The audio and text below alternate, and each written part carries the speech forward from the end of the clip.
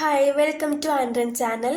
ഇന്ന് നമ്മൾ 10th chapter 1 relations and ഫങ്ഷൻസിലെ യൂണിറ്റ് എക്സസൈസ് 1 ആണ് നോക്കാൻ പോകുന്നത് കേട്ടോ. അതിൽ 3 വരെ നമ്മൾ നോക്കി. ഇനി 4th 1 നോക്കാം. ലെറ്റ് എ ഈക്വൽ ടു ഒരു സെറ്റ് തന്നിട്ടുണ്ട് and let f from A to N be defined by f of n equal to the highest prime factor of n belongs to A.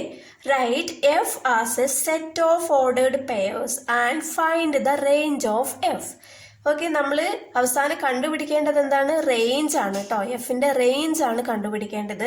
ഇപ്പൊ നമുക്ക് ഇവിടെ ഒരു സെറ്റ് തന്നിട്ടുണ്ട് A എന്ന് പറയുന്നത്.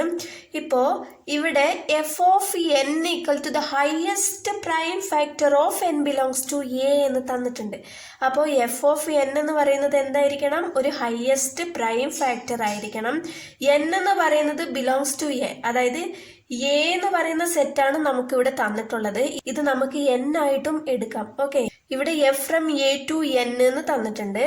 അപ്പോൾ നമുക്ക് എഫ് എന്ന് പറയുന്നത് സെറ്റ് ഓഫ് ഓർഡേർഡ് പെയർ ആയിട്ട് എഴുതുകയും വേണം. അപ്പോൾ എഫ് എന്ന് പറയുന്നത് സെറ്റ് ഓഫ് ഓർഡേർഡ് പെയർ ആയിട്ട് എങ്ങനെയാണ് ചെയ്യേണ്ടത്? നമ്മളൊരു ബ്രാക്കറ്റിൻ്റെ ഉള്ളിൽ ഫസ്റ്റ് ഒരു എലമെന്റ് എഴുതും, പിന്നെ ഒരു എലമെന്റ് എഴുതും അല്ലെ. ഓർഡേർഡ് പെയർ എല്ലാവർക്കും അറിയാവുന്നതാണ്. അപ്പം നമുക്ക് ഇത് ഓർഡേർഡ് പെയർ ആയിട്ട് തന്നെ എഴുതണം, എന്നാലേ നമുക്ക് റേഞ്ച് കണ്ടുപിടിക്കാൻ പറ്റുള്ളൂ. ഓക്കെ, നമുക്ക് നോക്കാം, സൊല്യൂഷൻ നോക്കാം. ഇപ്പോൾ തന്നിട്ടുള്ള എ എന്ന് പറയുന്ന സെറ്റ് എടുത്ത് എഴുതിയിട്ടുണ്ട് കേട്ടോ. ഇപ്പം ഇവിടെ n equal to A equal to എന്നാണ് ഞാൻ എഴുതിയിട്ടുള്ളത്. നമുക്ക് ക്വസ്റ്റ്യനിൽ തന്നിട്ടുണ്ട് എൻ ബിലോങ്സ് ടു എ എന്ന്. അപ്പം എൻ എന്ന് പറയുന്നതും എ എന്ന് പറയുന്നതും ഈ സെറ്റാണ്. എഫ് എന്ന് പറയുന്നത് ഓർഡേർഡ് പെയർ ആയിട്ട് നമുക്ക് എഴുതണം. അപ്പം അത് എങ്ങനെ എഴുതാം? നമുക്ക് ഇതിനെ മാറ്റി ഓർഡേർഡ് പെയർ ആക്കി എഴുതുമ്പോൾ എങ്ങനെ എഴുതാം? എഫ് ഫ്രം ഇത് തന്നെ എ ടു എൻ എന്ന് പറയുന്നത് എ കോമ എൻ എന്ന് എഴുതാം. ഓക്കെ, ഇതൊരു ബ്രാക്കറ്റിന്റെ ഉള്ളിൽ എഴുതണം. ഓർഡേർഡ് പെയർ നമ്മൾ ഇങ്ങനെയല്ലേ എഴുതുന്നത്. ഇപ്പൊ നമുക്ക് ഇതിന്റെ ഓർഡർ ആയിട്ട് ഇതേപോലെ എഴുതാം. എഫ് ഫ്രം എ എന്ന് പറയുന്നത് നമുക്ക് ഇവിടെ തന്നിട്ടുള്ളത് 9 എടുക്കാം. ഫസ്റ്റ് എലമെന്റ് എടുക്കാം 9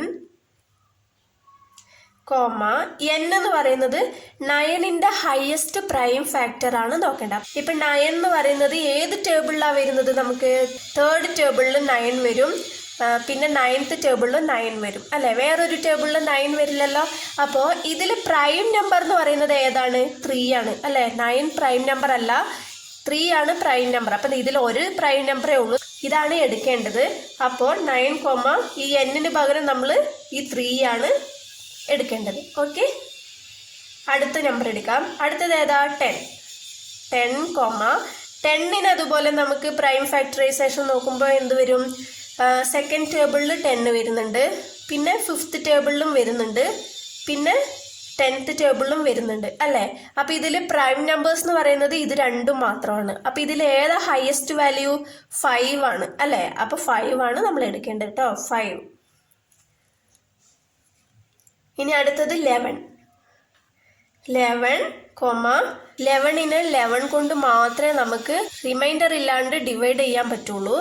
അപ്പോൾ 11 തന്നെയാണ് ഇതിൻ്റെ പ്രൈം ഫാക്ടർ. ഓക്കെ, ഇനി അടുത്തത് 12ന് സെക്കൻഡ് ടേബിളിൽ വരും, പിന്നെ തേർഡ് ടേബിളിലുണ്ട്, 4th ടേബിളിലുണ്ട്, 6th ടേബിളിലുണ്ട്, പിന്നെ 12th ടേബിളിൽ, ഇങ്ങനെയല്ല വരുന്നത് 12 വരുന്നത്. അപ്പോൾ ഇതിൽ പ്രൈം നമ്പേഴ്സ് ഏതൊക്കെയാണ്? 4, 6, 12 ഒന്നും പ്രൈം നമ്പേഴ്സ് അല്ല, 2, 3 മാത്രമാണ് പ്രൈം നമ്പേഴ്സ്.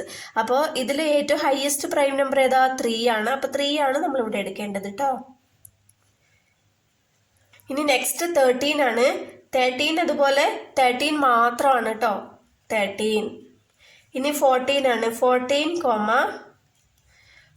എന്തൊക്കെയാണ്? സെക്കൻഡ് ടേബിളിൽ വരും, പിന്നെ 7th ടേബിളിൽ വരും, പിന്നെ 14th ടേബിളിൽ. ഇതിൽ പ്രൈം നമ്പർ എന്ന് പറയുന്നത് ഇത് രണ്ട് മാത്രമാണ്. ഇതിൽ ഹയസ്റ്റ് പ്രൈം നമ്പർ ഏതാ? 7 ആണ്. അപ്പോൾ 7 ആണ് ഇവിടെ വരുന്നത്. ഓക്കെ, ഇനി അടുത്തത് 15, 15ന്റെ എന്ത് വരും?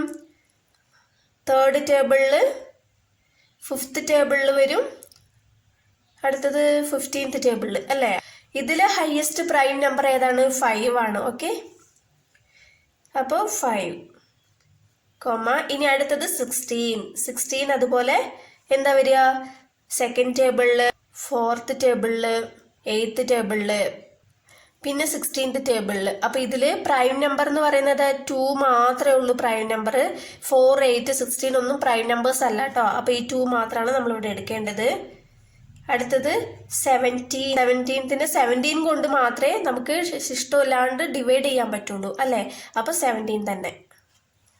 ഇപ്പം നമ്മൾ ഓർഡേർഡ് പെയർ മുഴുവൻ എഴുതിയിട്ടുണ്ട്. ഇതിൽ നിന്നാണ് നമ്മൾ റേഞ്ച് കണ്ടുപിടിക്കേണ്ടത് കേട്ടോ.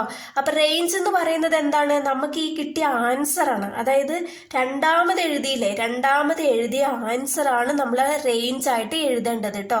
റേഞ്ച് ഈക്വൽ ടു 3, 5, 11, 3 രണ്ടാമത് വരുന്നുണ്ട്. നമ്മൾ റിപ്പീറ്റഡ് ആയിട്ട് എഴുതാൻ പാടില്ല. 13, 7, 5 നമ്മൾ ആദ്യം എഴുതേണ്ട ആവശ്യമില്ല. 2, 17 ഇത്രയാണ് വരുന്നത്. ഇത് അസെൻഡിങ് ഓർഡറിൽ എഴുതുമ്പോൾ എങ്ങനെയാ വരിക? 2 ഫസ്റ്റ് വരും, പിന്നെ 3, പിന്നെ 5, പിന്നെ 7, പിന്നെ 11, പിന്നെ 13, പിന്നെ 17 ഇങ്ങനെയാണ് വരിക. ഓക്കെ, ഇത്രയേ ഉള്ളൂ. മനസ്സിലായി എന്ന് വിശ്വസിക്കുന്നു. എന്തെങ്കിലും ഡൗട്ട് ഉണ്ടെങ്കിൽ കമൻ്റായിട്ട് അറിയിച്ചാൽ മതി. വീഡിയോ ഇഷ്ടപ്പെട്ടാൽ ലൈക്ക് ചെയ്യാനും ഷെയർ ചെയ്യാനും സബ്സ്ക്രൈബ് ചെയ്യാനും മറക്കരുത്. താങ്ക്